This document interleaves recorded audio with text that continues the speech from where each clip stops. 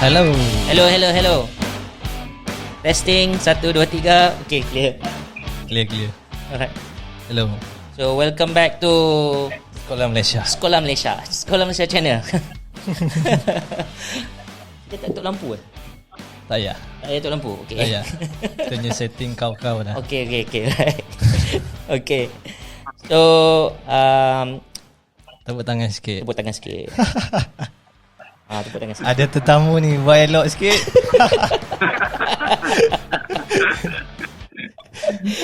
Okay. Right, Assalamualaikum warahmatullahi wabarakatuh. And welcome back again to Sekolah Malaysia. Bersama-sama dengan kita ialah ada seorang tetamu jemputan jauh. Lama dah tak jumpa ni. Ustaz Asriza Abdul Jamil yang berada sekarang di mana Ustaz? Nes di Nice, di Ireland. Ustaz cerita sikit Ustaz pasal Ireland tu Ustaz. Kat mana location dia semua?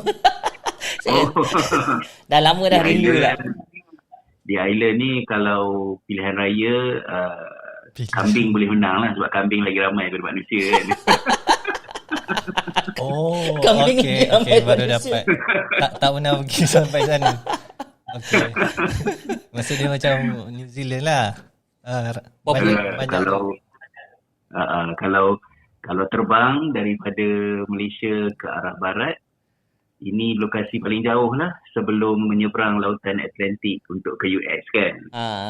So dia adalah di paling barat di Eropah Barat, sebelah daripada UK. Orang UK macam Dr. Tazli mungkin jarang lah nak datang Ireland ni sebab apa yang ada kan. Orang UK. Dah tak heran. Tapi lama juga tak pergi UK ni. I think dah berapa tahun dah? 6 tahun dah. 7 tahun dah. Lama dah. Banyak dah berubah tu sebenarnya. Itulah. Tingin nak pergi tu. Tengoklah Ustaz insyaAllah. Azrizal bukan dekat Finland ke? Ustaz Azrizal dah. Saya tak follow tak follow, tak buat study Sebab tak menarik saya tak buat study pasal Ustaz Ustaz dah pindah dah. Dia dari Finland. Baru ni pindah. Pindah. Ustaz berapa bulan pindah Ustaz? Sebelum ni di Finland 4 tahun. Kemudian bulan awal Julai, pertengahan Julai pindah ke Ireland. Tengah apa, masih lagi dalam tempoh PKP. Dia orang ada PKP? Kami ada. Tapi hari masa kami sampai tu kira macam dah okey lah. Kemudian county kami kena lockdown semula sebab second wave tu banyak kes baru dekat county kami. So became the only county yang masih lockdown until 2-3 hari lepas. Baru je release. Itulah Ustaz bagi tahu hari ni kita kena buat pagi-pagi sebab Ustaz nak pergi jalan sekejap ni. Oh, boleh jalan dah. Dah boleh keluar jalan Dah boleh keluar jalan. Keluar jalan. Tengok kambing. Okay, Ustaz. Kita tak nak buat masa. Ustaz, so Ustaz tahulah kan kami ni buat Sekolah Malaysia ni sebenarnya kita nak bincang isu-isu yang berkaitan dengan banyak dengan isu-isu berkaitan dengan education lah, terutamanya di Malaysia ni. Tapi kita nak bincang secara santai supaya orang dengar pun relax tapi ada isi supaya orang muda macam saya nak tengok lah. Orang muda ni dia tak minat benda-benda formal kan. Formal dia kurang sikit. So my initiative sebab my Abang Lee punya circle kan, among of them expert apa semua. So it will be good lah kalau dapat ajak dia orang sembang santai macam ni kan. So kita nak bincang lah kenapa Don jadi macam ni kan. Jadi betul, macam Ustaz. orang tu. Sebab Ustaz, saya rasa Ustaz itu Ustaz hantar mesej, Ustaz beritahu, dia kata tengok Don punya masa ni kan, dia kata belajar dulu tak ingat apa-apa Ustaz kan. Ustaz agak-agak sebab apa Ustaz? Bagi sikit. Jom kita kupas. Jom kita kupas. Jom. Alamak.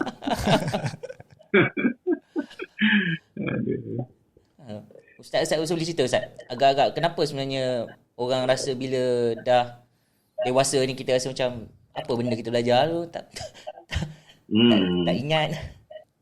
Itulah, kalau dulu-dulu tu mungkin sebab skop kehidupan kita terbatas sikit. Jadi kita tak ada banyak options. Jadi untuk membina makna dalam hidup kita ni taklah mencabar macam sekarang. Dulu kalau kita jumpa ada buah jatuh daripada pokok pun boleh jadi something yang meaningful kan, Betul.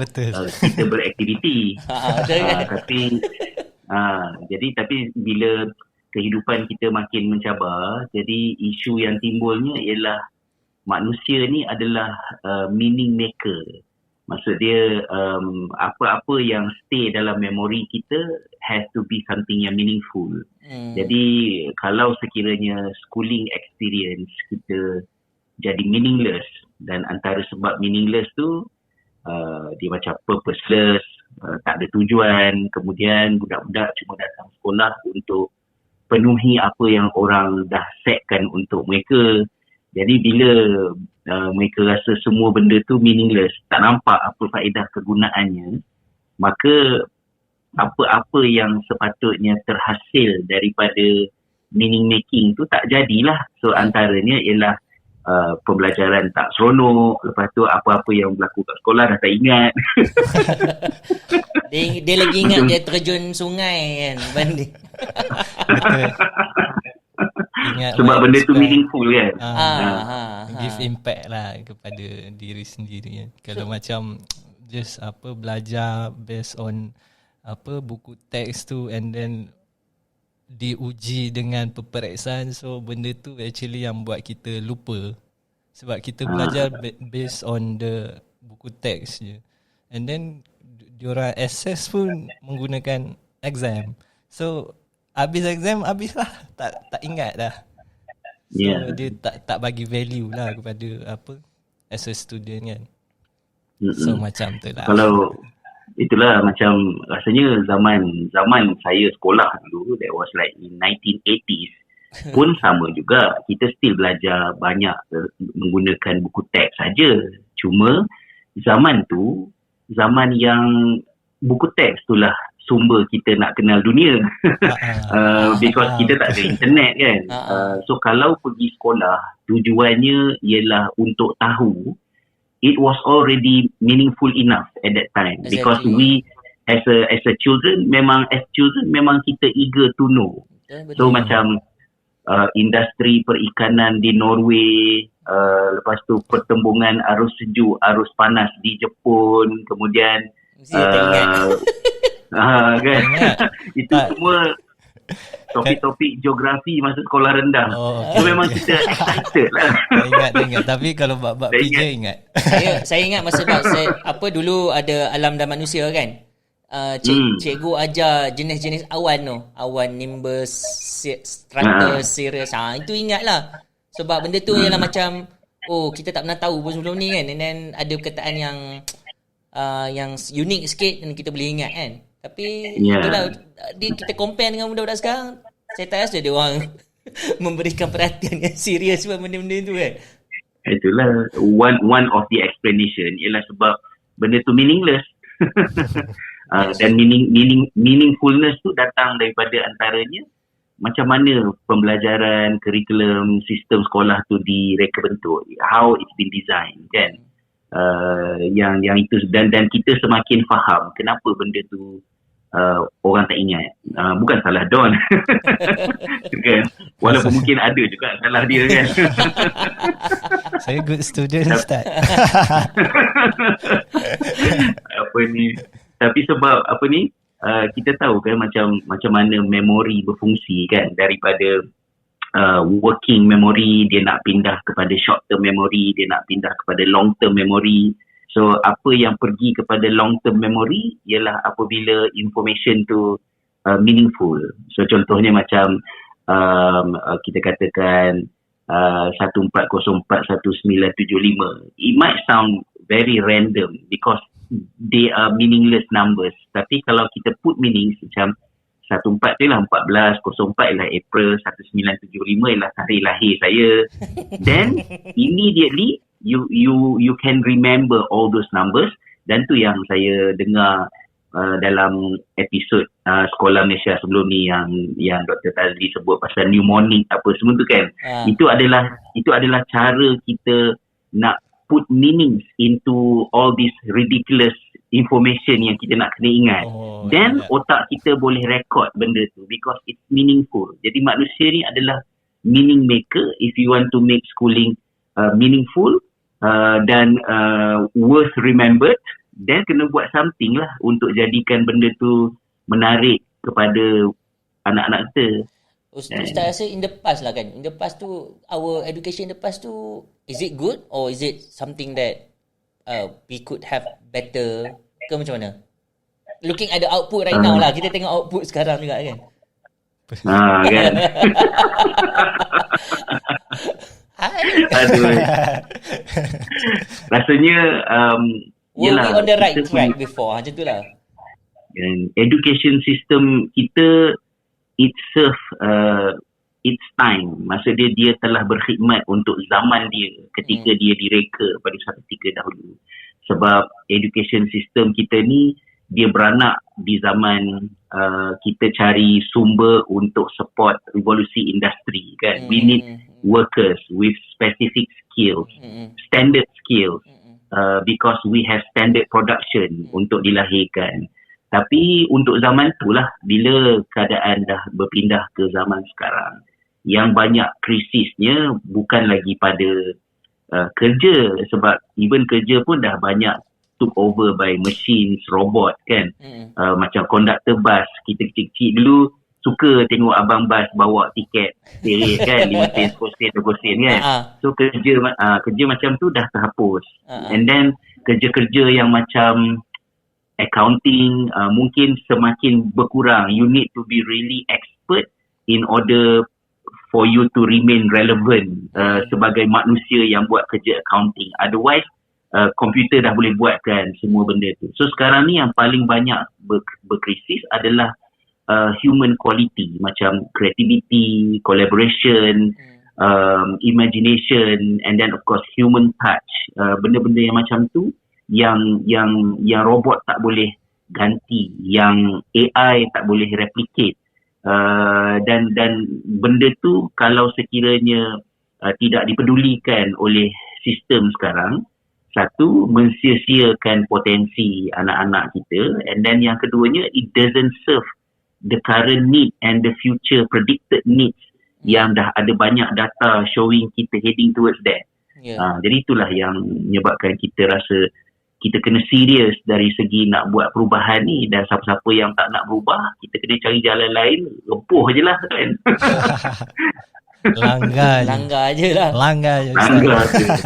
Tapi itulah Ustaz, I mean, kalau if in the past kan, those yang who have the creativity, collaboration skills semua, macam what happened to them right now kan? Macam I mean, masa tu dia tak dididik pun dengan, kita pun tak, we are not being trained with that kind of element pun masa kita sekolah dulu.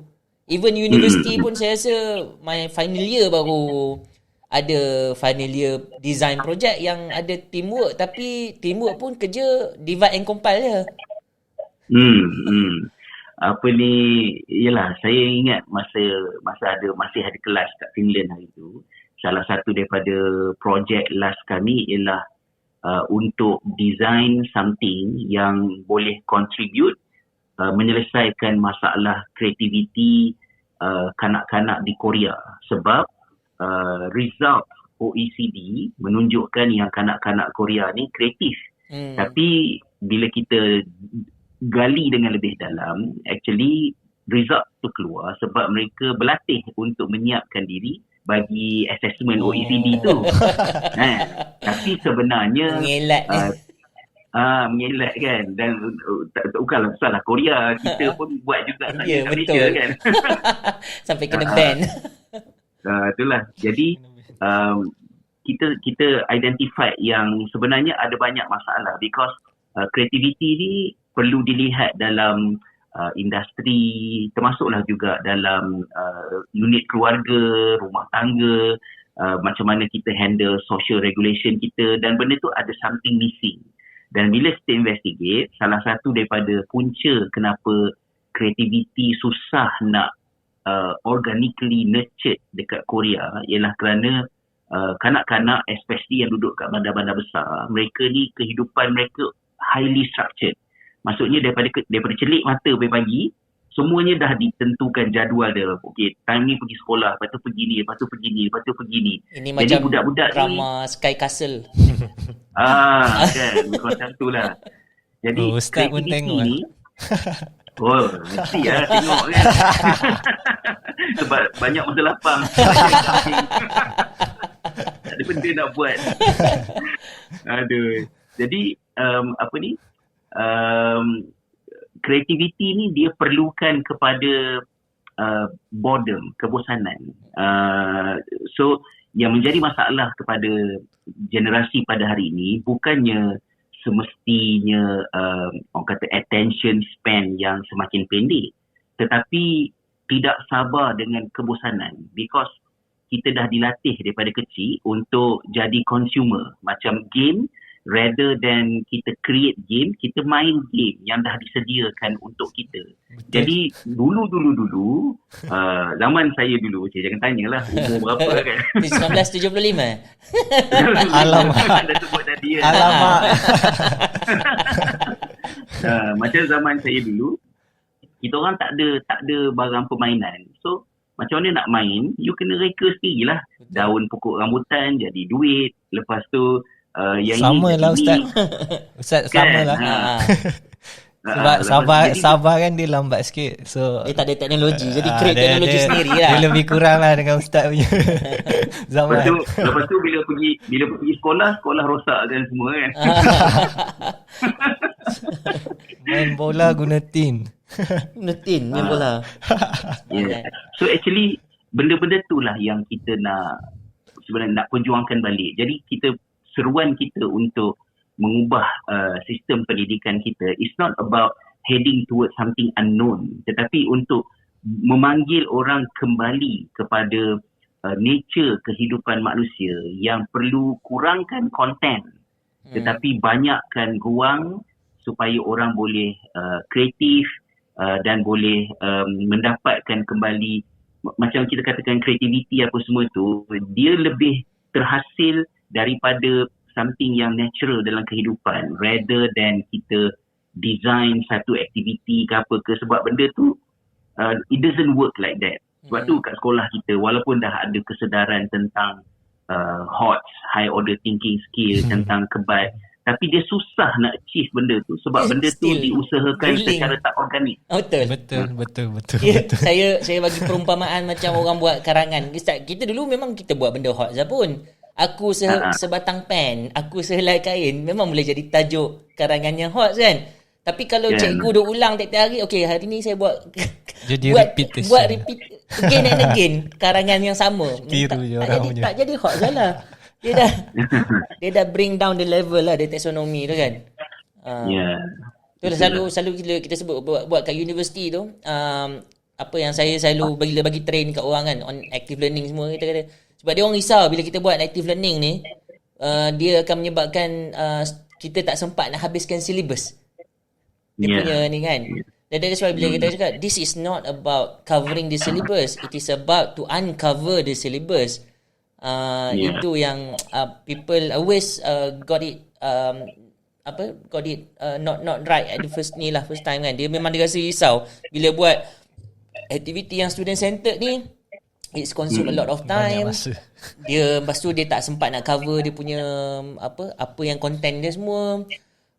That is why actually bila start dengan ada learning outcome based education semua tu, ramai yang still tak buy in. Lepas tu bila dia orang buy in, kalau kata buy in pun in a wrong way. Dia buat dia punya dia jadikan outcome based education ni terlebih banyak documentation pula. Kan?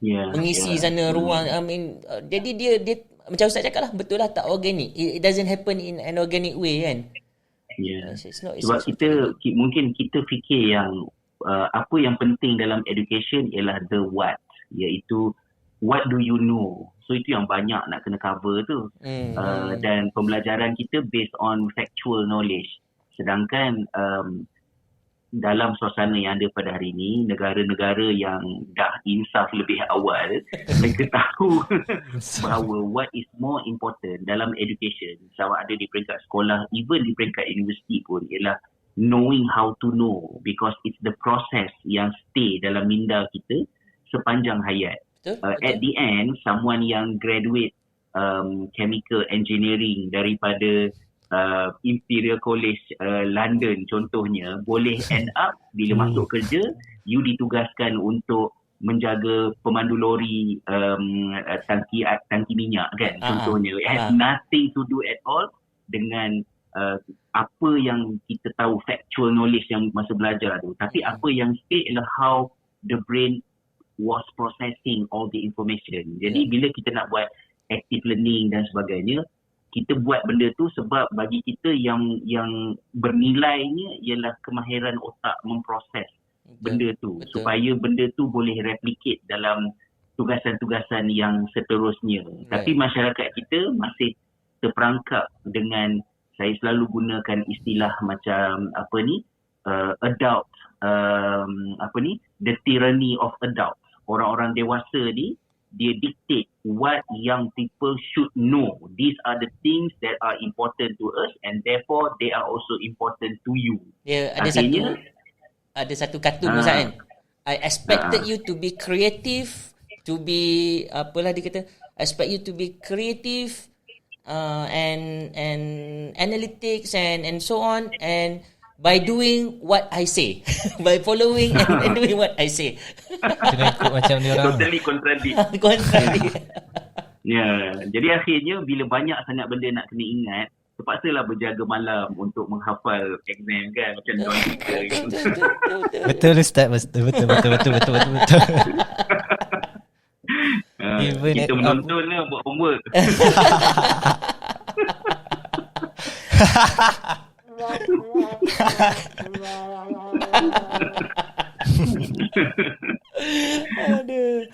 Aduh Ustaz cakap dalam mesej tu, Ustaz cakap, dia kata dulu masa zaman sahabat Rasulullah kan, Rasulullah ajar 10 ayat saja. Ustaz boleh ulas sikit tak pasal benda tu? Ya, sebab saya datang daripada background Islamic studies.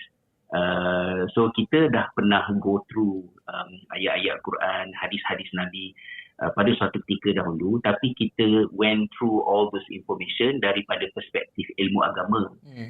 Isunya yang ada ialah bukan ilmu agama itu yang menjadi isunya. Yang menjadi isunya ialah macam mana ilmu agama itu dipelajari.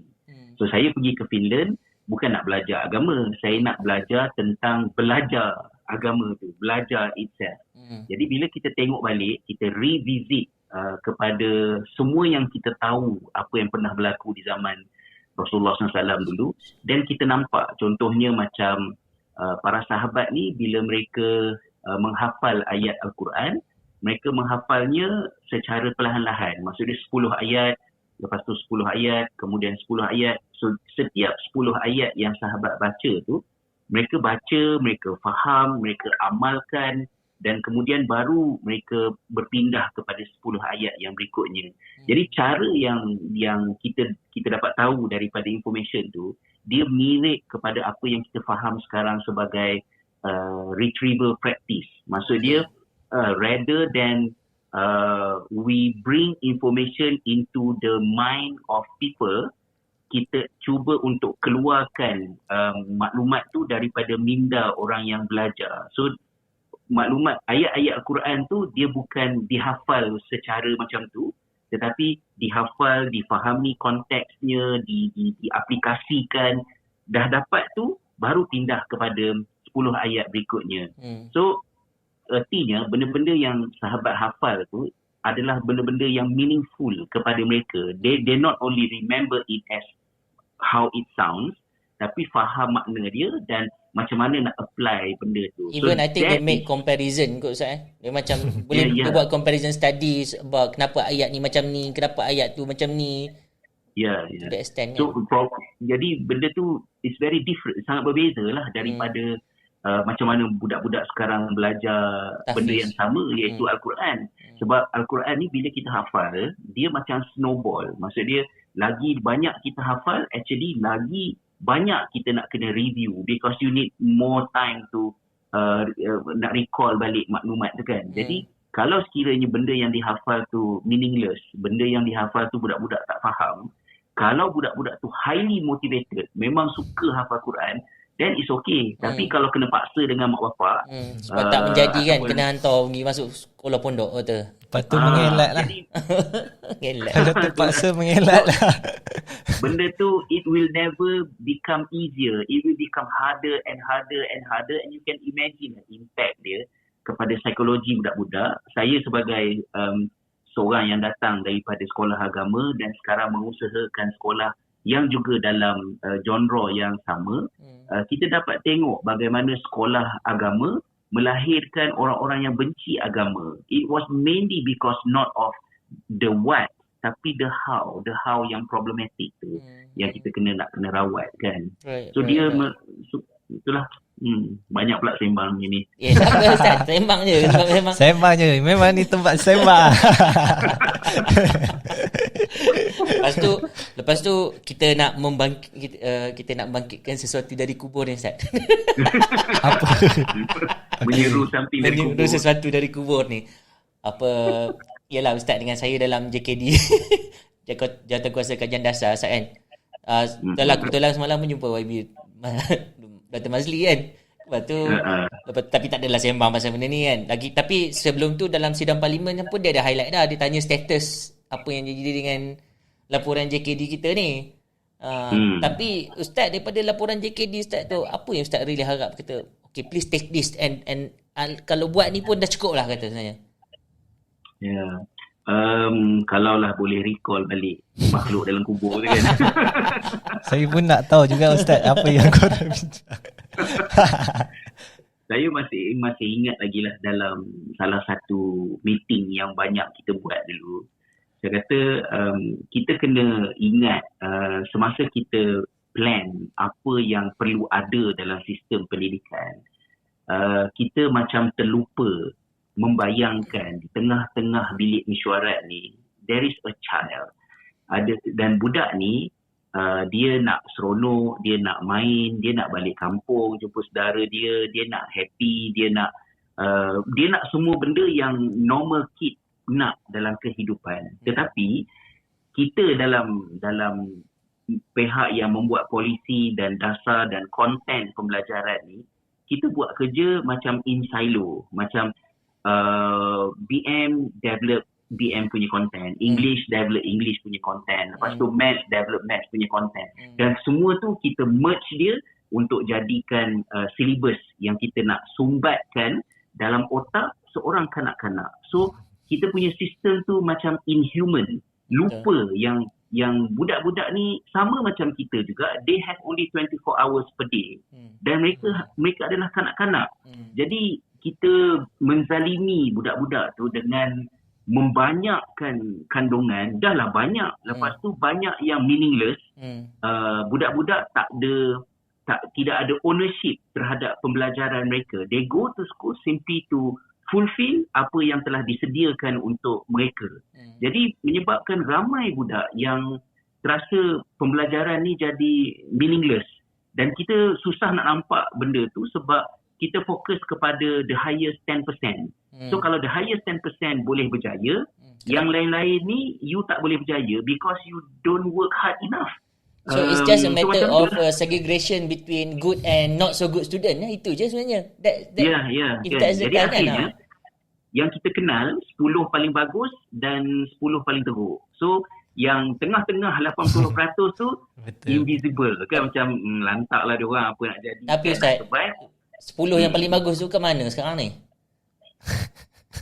Itulah saya pun susah nak cakap. Orang tengah